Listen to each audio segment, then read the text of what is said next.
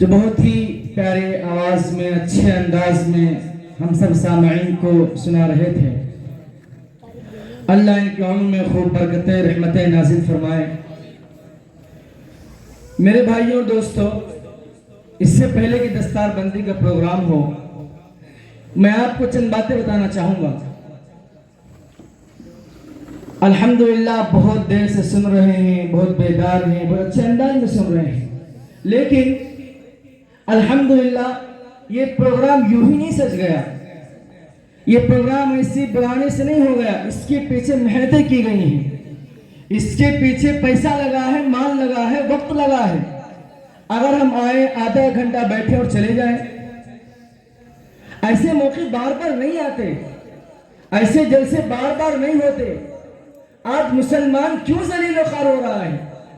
مسلمان جلسوں میں بیٹھنے کو تیار نہیں، دین کی بات سننے کو تیار نہیں، نعت نبی سننے کو تیار نہیں، عظمت قرآن سننے کو تیار نہیں۔ یہی ہوٹل میں بٹھا دو، رات گزار دے گا، سنیما ہال میں بٹھا دو، رات گزار دے گا، ہاتھ میں موبائل دے دو، رات گزار دے گا، دنیا کی باتیں کرنے کو رات گزار دے گا۔ لیکن اگر ایسے موقع پر تھوڑی تاخیر ہونے لگے، تھوڑی دین کی باتیں ہونے لگے، تو میرے بھائی دوستو لوگ اعتراض کرنے لگتے ہیں۔ ایسا نہیں ہے، یہ محفل آقا کی محفل ہے، یہ محفل قرآن کی محفل ہے۔ ہمارے اسٹیج پر ایسے حضرات بیٹھے ہیں جن کو دیکھنا ثواب ہے، جن کا زیارت کرنا ثواب ہے۔ ان کا مقصد صرف اور صرف دین کی خدمت کرنا ہے، ان کا مقصد صرف اور صرف لوگوں کو دین کی باتیں بتانا ہے۔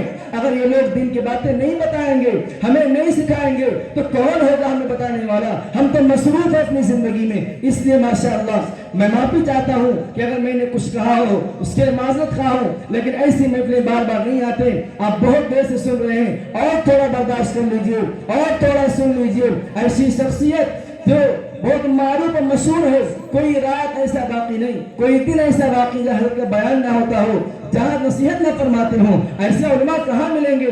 آپ نے تقریباً 150 کلومیٹر کا سفر کیا ہے اور یہاں پر ہمارے بیچ آئے ہیں۔ یہ آپ کی مہربانی ہے، یہ آپ کی شفقت ہے کہ یہاں پر تشریف لائے۔ اس لیے میرے بھائی دوستو، آپ آنے جانے کا ماحول نہ بنائیں، تشریف رکھیں۔ آخر دعا ہوگی، دعا اصل دعا ہے۔ ہم اتنی دیر بیٹھیں گے اور دعا میں نہ رہیں، دعا کے وقت نہ بیٹھیں تو بہت بے ادبی ہوگی۔ اس لیے میرے بھائی دوستو، ہم میں بلا تاخیر تمہید کے جلسے دستار بندی جو حفاظ اکرام حافظ بنے ہیں، ان کی دستار بندی کا پروگرام ہوگا۔ میں جتنے بھی حفاظ اکرام ہیں، جناب محمد حافظ کوثر صلی اللہ علیہ وسلم، ان سے ادباً گزارش کرتا ہوں اسٹیج پر تشریف لائیں، اور محمد فرحان صلی اللہ علیہ وسلم، ان سے بھی گزارش کرتا ہوں اسٹیج پر تشریف لائیں، محمد شفیق صلی اللہ علیہ وسلم، محمد شارق صلی اللہ علیہ وسلم، اور محمد فرقان صلی اللہ علیہ وسلم۔ ان 6 بچوں سے ادباً گزارش کرتا ہوں کہ اسٹیج پر تشریف لائیں اور یہاں پر تشریف رکھیں۔ انشاءاللہ حضرت کے ذریعے یہ پروگرام کو آگے بڑھایا جائے گا۔ اس سے پہلے کہ اس پروگرام کو آگے بڑھایا جائے، اس مدرسے کے ناظم اعلیٰ، ہم سب کے مشفق و مربی جناب الحاج محمد ابراہیم شریف صاحب سے دامت برکاتہم سے گزارش ہے کہ آپ اسٹیج پر تشریف لائیں۔ اور میرے بھائی دوستو، یہ جلسہ جو سجا ہے، یہ محفل جو سجی ہے، اس میں الحمدللہ ہمارے آپ سب کی محنت ہے، لیکن اس میں ایک محنت اور ہے جو جناب حافظ و قاری خالد صاحب ہیں، جن بچوں کے اساتذہ ہیں۔ اگر یہ محفل سجی ہے تو صرف اس لیے یہ حافظ قرآن ہیں، یہ محفل سجی ہے تو اس لیے یہ قاری صاحب نے بڑی محنت و مشقت سے یہ پڑھایا ہے، حافظ بنایا ہے، اس کے ایک ایک حرف کو ان کے دل میں بسایا ہے۔ اگر یہ حافظ نہ ہوئے ہوتے، انہوں نے پڑھایا نہ ہوتا، انہوں نے سکھایا نہ ہوتا، انہوں نے محنت نہ کی ہوتی، تو شاید محفل بھی سجی نہیں ہوتی، شاید آپ لوگ بھی نہ آئے ہوتے، شاید حضرت بھی نہ آئے ہوتے، شاید شاہ اسلام بھی نہ آئے ہوتے۔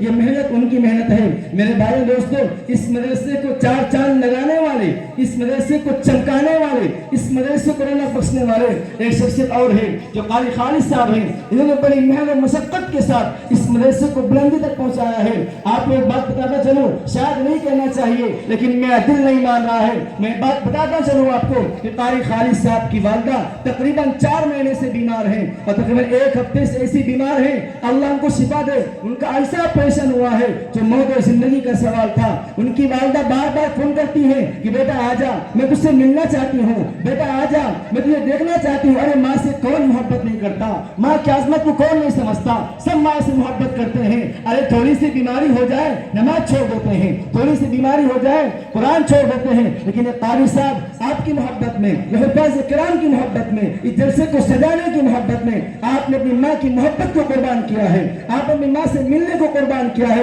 ارے ایسی محبت کرنے والے بہت کم شخصیت ہوتی ہیں، یہ ایسا مزاج ہے، سادہ مزاج، دکھنے میں سادہ، لیکن الحمدللہ سارا محلہ جانتا ہے، سارا علاقہ جانتا ہے کہ آپ جیسی شخصیت بہت کم ہوتی ہیں جو خاموش مزاجی کے ساتھ محنت کرتی ہیں۔ میں تعریف ہرگز نہیں کر رہا ہوں، اگر کوئی سوچے میں تعریف کر رہا ہوں، ہرگز نہیں، میں حقیقت بتا رہا ہوں کہ آپ کی محنت سے ہی یہ پروگرام یہاں تک پہنچا ہے۔ الحمدللہ ہم سب شامل ہیں، لیکن اصل حقیقت محنت اگر ہے تو قاری صاحب کی محنت ہے۔ کیوں؟ انہوں نے حافظ بنایا، انہوں نے سبق سنا، انہوں نے سبق سکھایا ہے۔ اس لیے میرے بھائی دوستو، ہم سب کو چاہیے کہ ایسے لوگوں کی ہمت افزائی کریں۔ جب بھی ایسی کوئی شخصیت آپ کے سامنے کوئی بات رکھے، کوئی معاملہ رکھے، تو آپ ان کو لبیک کہیں، ان کی مدد کریں، ان کی بات سنیں۔ میں ان سے بہت گزارش کرتا ہوں کہ آپ کا اسٹیج ہے، آپ کا جلسہ ہے، آپ اسٹیج پر تشریف لائیں۔ جناب قاری خالد صاحب سے گزارش ہے آپ اسٹیج پر تشریف لائیں۔ جناب محمد موسیٰ صاحب دعوت برکاتہم سے گزارش ہے کہ آپ بھی اسٹیج پر تشریف لائیں، اور جمعیت علماء کے جتنے بھی علماء اکرام یہاں پر موجود ہیں کہ آپ بھی تشریف لائیں، کیونکہ آپ کی برکتیں بھی عظمت بچوں کو مل جائیں۔ میں بہت ادب کے ساتھ